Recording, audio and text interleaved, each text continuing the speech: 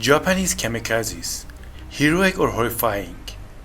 The kamikaze as we understood now seems both heroic and horrifying at the same time. The kamikaze war was the strangest and in many ways most dramatic ever waged.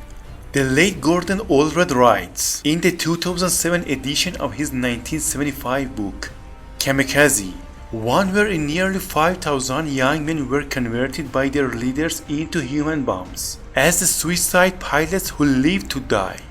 Never have so many human beings deliberately agreed to die for their country without hope of any alternative. The beginners of the kamikaze.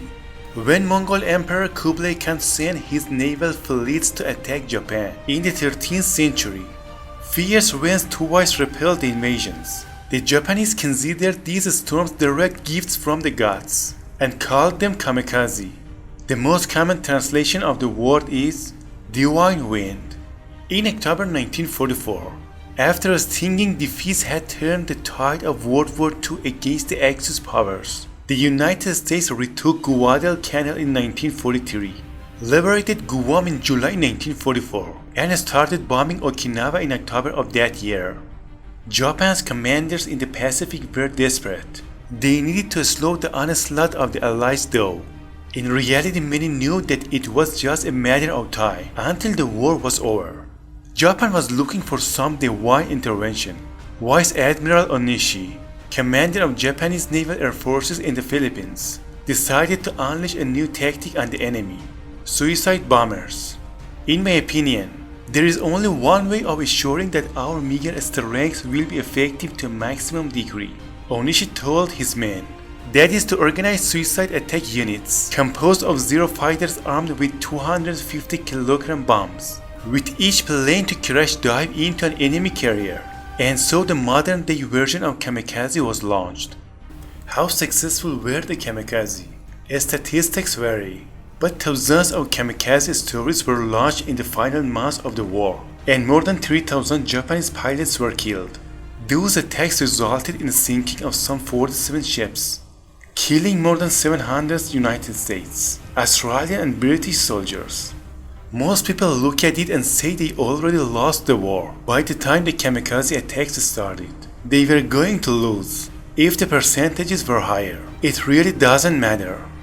Japanese suicide missions in World War II were not only limited to dive bombing Zeros, midget submarines, manned torpedoes, manned rocket-powered gliders, and motorboats carrying depth charges all were used at various stages of the war. How the world viewed kamikazes. Still, when historians look upon kamikazes, it is the dive-bombing suicide planes that remain the focus. In 1975 in Chiren, Kagoshima Prefecture in the southern part of Japan, Chiren Peace Museum opened. Thousands of articles left behind by kamikazes are featured, including letters to loved ones before their final missions. The big topics. They are talking about final piety to their parents, what commitment they had, and saying how sorry they were that they were living and dying. Basically, Gordon says, the letters have helped portray the young men who flew the missions. Their average age was around 21, not as great suicide bombers, but as loyal sons of Japan, heroic and worthy of praise. It is a widely held belief in Japan, though not everyone thinks that way.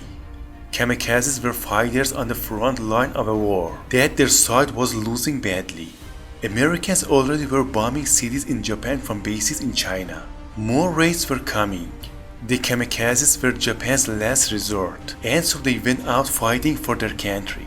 Gordon says, I still think that most of them believed that there was a good chance they could somehow at least stop the American advances and not have the destruction of Japan.